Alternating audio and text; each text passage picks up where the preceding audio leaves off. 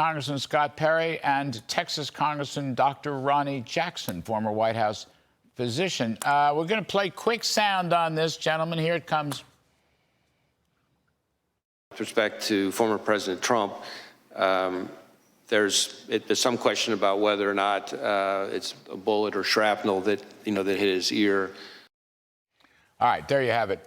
Bullet or shrapnel, Ronny Jackson. I know you examined President Trump. What's Wray talking about, and do you agree or not? Absolutely not, Larry. This is absolutely ridiculous that he would make a comment like this. This degrades any level of credibility that this man may have had after years of weaponizing the FBI and the DOJ against the president. It was absolutely a bullet. I examined it. It was a track of a bullet. It was scooped out in the just as it would be in the track of a bullet.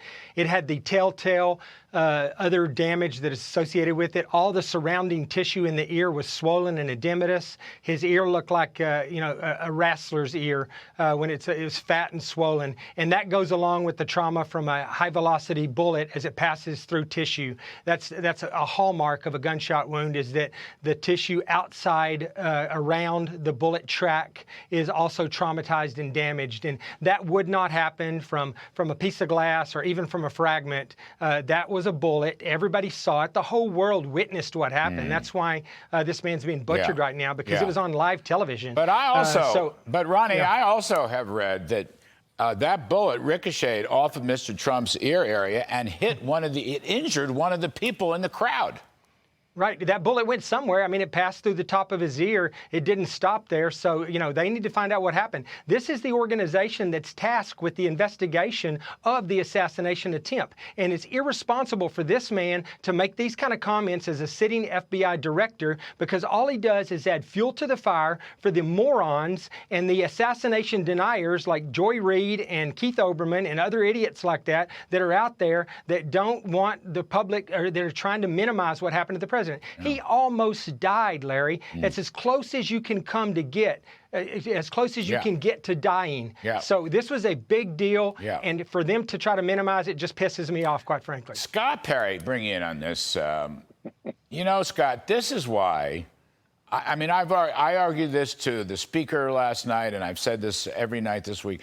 I don't want the heads of the FBI in Washington, the heads of the Secret Service in Washington, or the heads of the CIA, or the heads of the Justice Department. I don't want them running this investigation, okay? The Congressional Task Force, the House Task Force may be fine, but I don't want them to in any way rely on the heads of these agencies for all the reasons that Ronny Jackson just talked about. I don't want it. Let's go to the rank and file, and let's bring in some expert investigators and not rely on these agencies.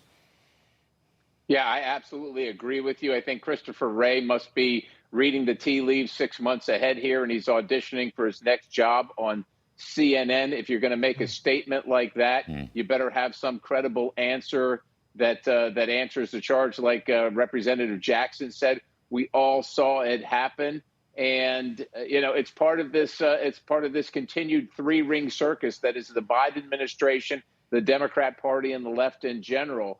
And there has to be. We cannot count on.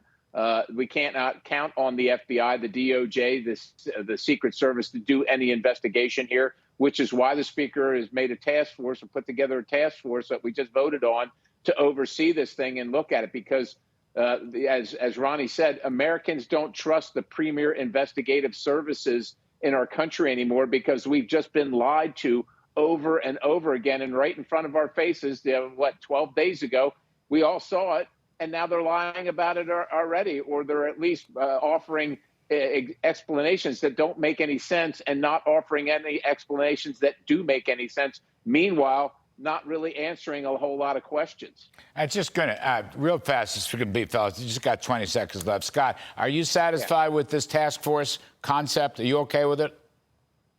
Well, it has to be an outside look. We cannot rely on the normal agencies. So that's as close as the House of Representatives can come. Ronny Jackson, what do you think? I think the task force is a great idea. Just like Scott said, we don't have any confidence in the #1 law enforcement agency in this country right now. And if he's going to come make statements like that, he better have some evidence of what he's talking about. There was no fractured glass on the teleprompters or anything else. So if it wasn't a bullet, what was it and where did it come from? Yes, I got it. Fellas, thank you very much for today. We appreciate it.